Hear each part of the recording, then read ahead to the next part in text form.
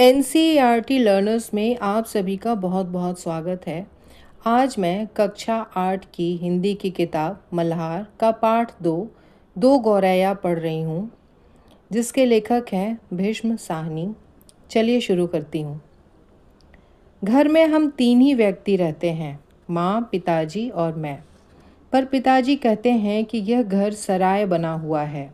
हम तो जैसे यहाँ मेहमान हैं। घर के मालिक तो कोई दूसरे ही हैं। आंगन में आम का पेड़ है। तरह तरह के पक्षी उस पर डेरा डाले रहते हैं। जो भी पक्षी पहाड़ियों घाटियों पर से उड़ता हुआ दिल्ली पहुंचता है, पिताजी कहते हैं वही सीधा हमारे घर पहुंच जाता है, जैसे हमारे घर का पता लिखवा कर लाया हो। यहाँ कभी तोते पहुंच जाते हैं तो कभी कौवे और कभी तरह तरह की गौरैया। वह शोर मचता है कि कानों के पर्दे फट जाएं, पर लोग कहते हैं कि पक्षी गा रहे हैं। घर के अंदर भी यही हाल है। बीसियों तो चूहे बसते हैं। रात भर एक कमरे से दूसरे कमरे में भागते फिरते हैं। वह धमा चौकड़ी मचती है कि हम लोग ठीक तरह से सो भी नहीं पाते। बर्तन गिरते हैं, डिब्बे खुलते हैं, प्याले टूटते हैं। एक चूहा अंगीठी के पीछे बैठना पसंद करता है। शायद बूढ़ा है, उसे सर्दी बहुत लगती है। एक दूसरा है जिसे बाथरूम की टंकी पर चढ़कर बैठना पसंद है। उसे शायद गर्मी बहुत लगती है। बिल्ली हमारे घर में रहती तो नहीं, मगर घर उसे भी पसंद है और वह कभी कभी झांक जाती है।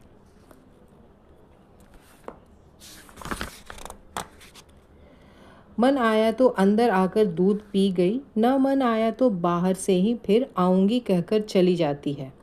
शाम पड़ते ही दो तीन चमगादड़ कमरों के आर पार पर फैलाए कसरत करने लगते हैं।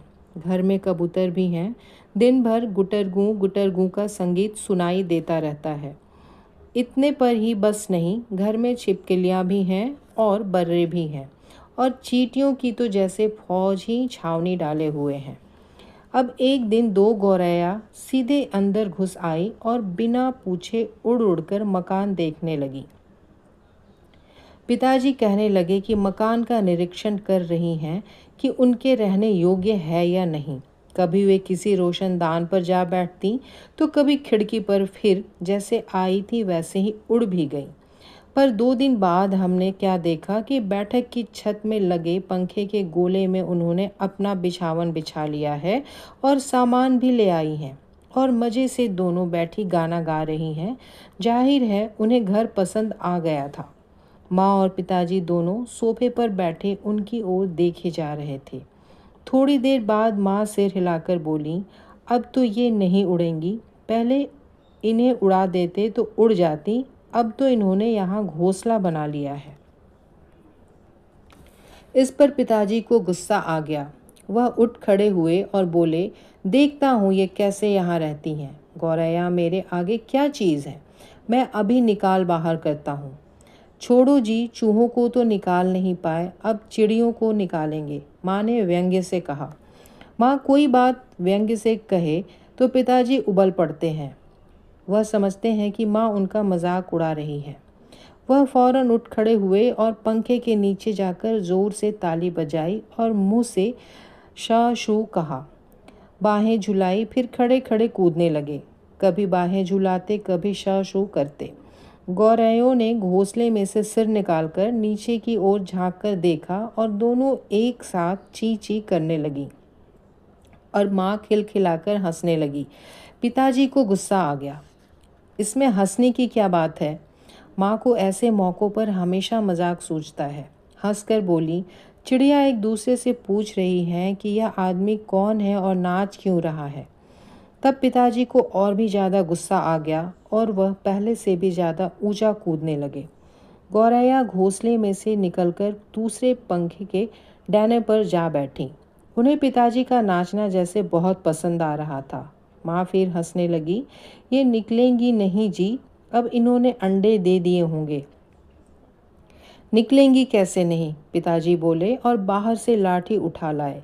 इसी बीच गौरैया फिर घोंसले में जा बैठी थी। उन्होंने लाठी ऊंची उठाकर पंखे के गोले को ठकोरा।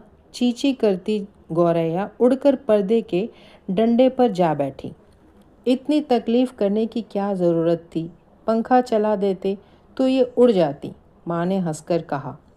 पिताजी लाठी उठाए पर्दे के डंडे की ओर लपके। एक गौरैया उड़कर किचन के दरवाजे पर जा बैठी, दूसरी सीढ़ियों वाले दरवाजे पर। माँ फिर हंस दी। तुम तो बड़े समझदार हो जी। सभी दरवाजे खुले हैं और तुम गौरैयों को बाहर निकाल रहे हो। एक दरवाज़ा खुला छोड़ो, बाकी दरवाजे बंद कर दो, तभी ये निकलेंगी। अब पिताजी ने मुझे झिड़क कर कहा, तू खड़ा क्या देख रहा है, जा दोनों दरवाजे बंद कर दे। मैंने भागकर दोनों दरवाजे बंद कर दिए, केवल किचन वाला दरवाज़ा खुला रहा। पिताजी ने फिर लाठी उठाई और गौरैयों पर हमला बोल दिया। एक बार तो झूलती लाठी माँ के सिर पर लगते लगते बची। ची ची करती चिड़िया कभी एक जगह तो कभी दूसरी जगह जा बैठती। आखिर दोनों किचन की ओर खुलने वाले दरवाजे में से बाहर निकल गईं। माँ तालियां बजाने लगी। पिताजी ने लाठी दीवार के साथ टिकाकर रख दी और छाती फैलाए कुर्सी पर आ बैठे। आज दरवाजे बंद रखो, उन्होंने हुक्म दिया। एक दिन अंदर नहीं घुस पाएंगी तो घर छोड़ देंगी।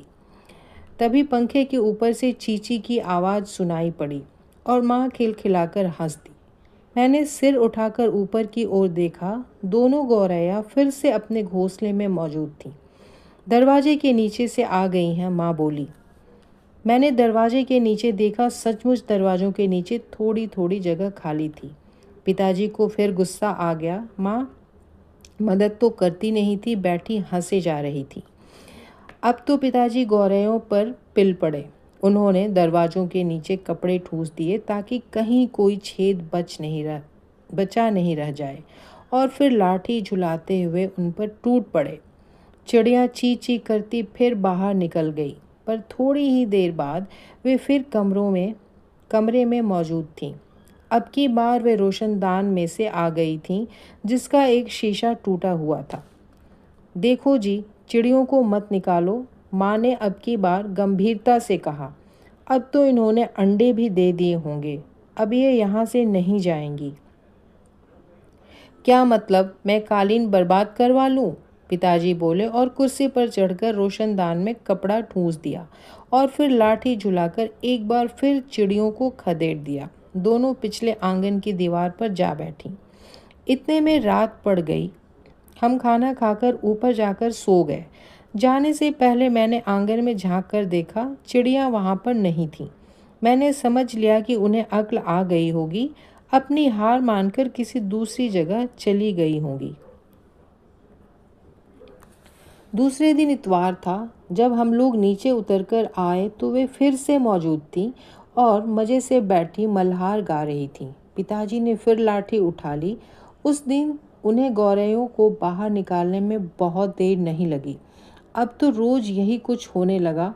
दिन में तो वे बाहर निकाल दी जाती, पर रात के वक्त जब हम सो रहे होते तो न जाने किस रास्ते से वे अंदर घुस आती। पिताजी परेशान हो उठे। आखिर कोई कहाँ तक लाठी झुला सकता है? पिताजी बार बार कहें, मैं हार मानने वाला आदमी नहीं हूँ, पर आखिर वह भी तंग आ गए थे। आखिर जब उनकी सहनशीलता चूक गई तो वह कहने लगे कि वह गौरैयों का घोंसला नोचकर निकाल देंगे, और वह फौरन ही बाहर से एक स्टूल उठा लाए। घोंसला तोड़ना कठिन काम नहीं था। उन्होंने पंखे के नीचे फर्श पर स्टूल रखा और लाठी लेकर स्टूल पर चढ़ गए। किसी को सचमुच बाहर निकालना हो तो उसका घर तोड़ देना चाहिए, उन्होंने गुस्से से कहा। घोंसले में से अनेक तिनके बाहर की ओर लटक रहे थे। गौरैयों ने सजावट के लिए मानो झालर टांग रखी हो। पिताजी ने लाठी का सिरा सूखी घास के तिनकों पर जमाया और दाईं ओर को खींचा। दो तिनके घोंसले में से अलग हो गए और फरफराते हुए नीचे उतरने लगे। चलो, दो तिनके तो निकल गए, माँ हंसकर बोली। अब बाकी 2000 भी निकल जाएंगे। तभी मैंने बाहर आंगन की ओर देखा और मुझे दोनों गौरैया नजर आईं। दोनों चुपचाप दीवार पर बैठी थीं। इस बीच दोनों कुछ कुछ दुबला गई थीं, कुछ कुछ काली पड़ गई थीं। अब वे चहक भी नहीं रही थीं। अब पिताजी लाठी का सिरा घास के तिनकों के ऊपर रखकर वही रखे रखे घुमाने लगे। इससे घोंसले के लंबे लंबे तिनके लाठी के सिरे के साथ लिपटने लगे। वे लिपटते गए और घोंसला लाठी के इर्द गिर्द खिंचता चला आने लगा। फिर वह खिंच खिंच कर लाठी के सिरे के इर्द गिर्द लपेटा जाने लगा। सूखी घास और रुई के फाहे और धागे और थिगलियां लाठी के सिरे पर लिपटने लगी। तभी सहसा जोर की आवाज़ आई, ची ची ची ची। पिताजी के हाथ ठिठक गए। यह क्या? क्या गौरैया लौट आई हैं? मैंने झट से बाहर की ओर देखा। नहीं, दोनों गौरैया बाहर दीवार पर गुमसुम बैठी थीं। ची ची ची ची। फिर आवाज़ आई। मैंने ऊपर देखा। पंखे के गोले के ऊपर से नन्ही नन्ही गौरैया सिर निकाले नीचे की ओर देख रही थी और ची ची किए जा रही थी। अभी भी पिताजी के हाथ में लाठी थी और उस पर लिपटा घोंसले का बहुत सा हिस्सा था।